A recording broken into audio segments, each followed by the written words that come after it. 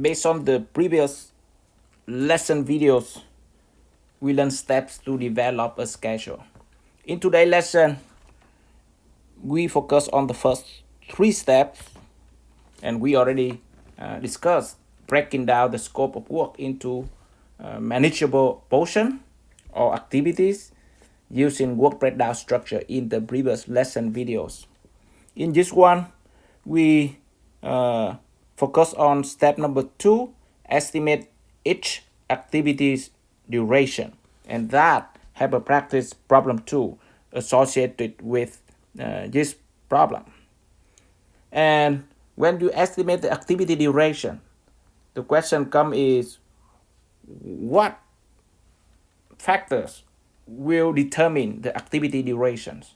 And as you list in the note here, there are a few major factors that determine the activity duration. The first one is the nature of work that the activity entails. Example, if you place the concrete for the mat foundation, it will be different from the placing the concrete for the goals, for the columns, etc. That is the nature of work. And the quantities of the work depends on how big, what is the scope of work. Then it will be determine the duration. If it's smaller, it take shorter time to finish the activity, and vice versa. And the technique used for the task. If you use more with the manual, then it gets slower. If we use more automations, and that is the trends for the our work, even our engineering, use more with the software, more complicated software, that give us more efficiency. We do the task faster. Resources used to perform the work. So resources, it can be the labor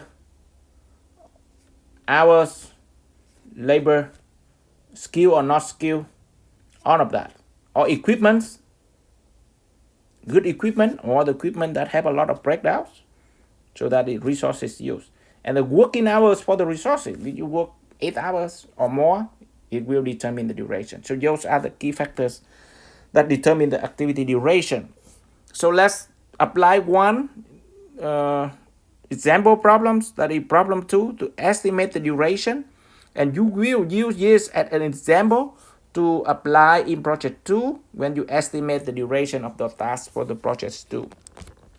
So in problem 2, estimate the duration of the concrete placements for 80 foot by 130 foot by 40 foot height of the mat foundation shown in the following figure, and with the 2 methods of placement. The first is pumping, and the second is crane and bucket.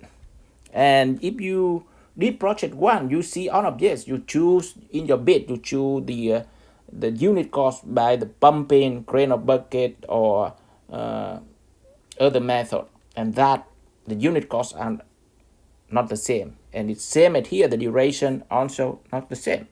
So if you recall, this figure also shows in the previous lesson in the first portion of the class.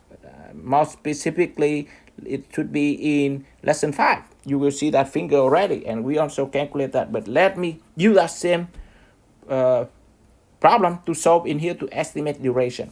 So what is the mat foundation we are talking is this. And by now in the exam 1, project 1, you'll be able to find the volume of this mat foundation. And because that is the duration is depends on the quantity, and that's why we need to determine the quantity, and that is the volume in here. So the question is estimate the duration of the concrete placement, and there are 2 methods that you can have, pumping or crane and bucket, because the technique used for the task will determine also the duration and the nature of the work, in this case the foundation. So let's do first determine the concrete volume.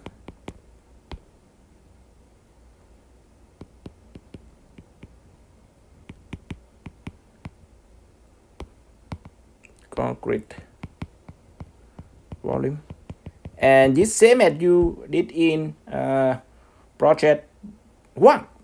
find out the volume, find out the quantity of rebar. In this case, we only need the concrete volume because only one duration is, as example in this problem, is the duration of placing concrete.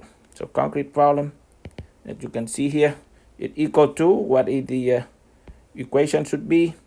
You have a cube, so or the foundation with the 80 foot wide, 130 foot length, and then 40 foot height. So with that, we can get the volume by 80 times 130 times 40, and we need to convert it to cubic yard. So we divide by 27, and we may need to consider to the waste. So 1 point, let's assume it's 3% waste. So this is for the waste, something we did that, right? And this is unit conversion 1/27. From this one, we get the volume is 15,070 cubic yard. So that is the volume. And how to determine the duration? So that we need to go to the IS min, and I assume you now familiar with that and I'm going to show you, and for sure you have seen that in your project 1 at least. From IS min, so that go to the slide here. So this is the abstract of the IS min, and the crew, as you can see here, and that crews show you what type of combination, and I explained that before in portion 1 of this lesson, before exam 1. And for the mat foundation, as you can see in the very bottom of the table, you have foundation mat over 20 cubic yard, and you have pump and with crane and buckets, and that the crews are not the same. C20 is pump, C7 is crane and bucket. And what is that about? If it's C20, that is crews. So for pump, in this case, and you will see, and with the crane and bucket, you also see C7, and you can see there. And then that are the number of worker units for C20. In this case, that you can see how many people we need. 1 laborer, 4 men, or 4 women, 5 laborer, 1 cement finishers, and 1 equipment operator. So total we need 8 for that crew C20. Look at C7. If we use crane and buckets, we need 1 labor, 4 people, 4 men, 5 laborer, 1 cement finishers, 1 equipment operator, and 1 equipment operator as well. Operation. So in that case, we need 9 people. 9 people for C7. So those are the crew worker that you need, and we already explained this in pricing a constructed facility in the first portion of this class. I'm not going to go over that, but for this C20 and C here, as you can see, we have the next column. We call it daily output, that highlighted yellow that you see here. So the daily output, how it measures, it daily output, it means the production per day. And the unit, as you can see there, is cubic yard, right? Cubic yard, the 4th column you see there, unit cubic yard, go through out of this. So the daily output, how to interpret with that crews, example is pump, C20, it can conduct it and perform the placing the concrete, and it will get the output of 400 cubic yard per day. Similarly with the crane and bucket, with that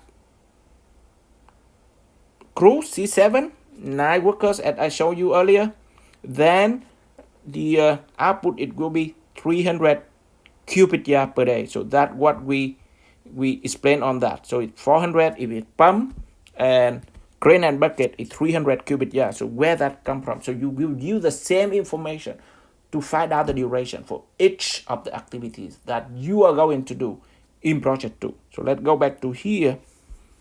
From as mean, as you can see, for pump,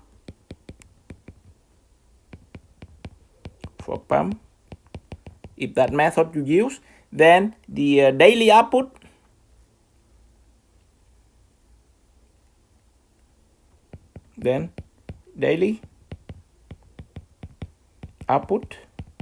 equal to 400 cubic yard per day. And then if crane and bucket, if we use crane and bucket, another method, so the daily output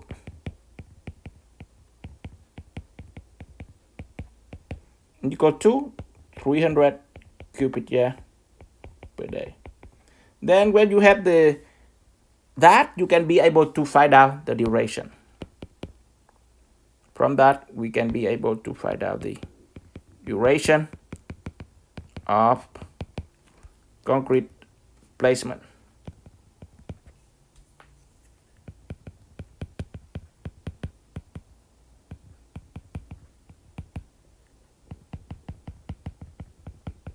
How?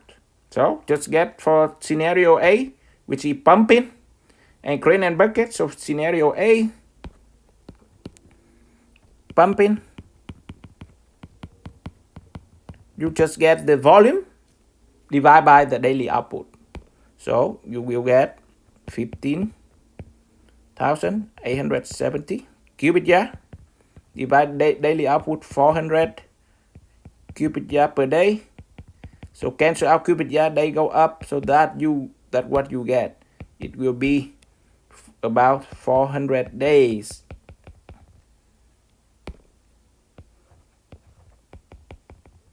And then for scenario B, for crane and bucket,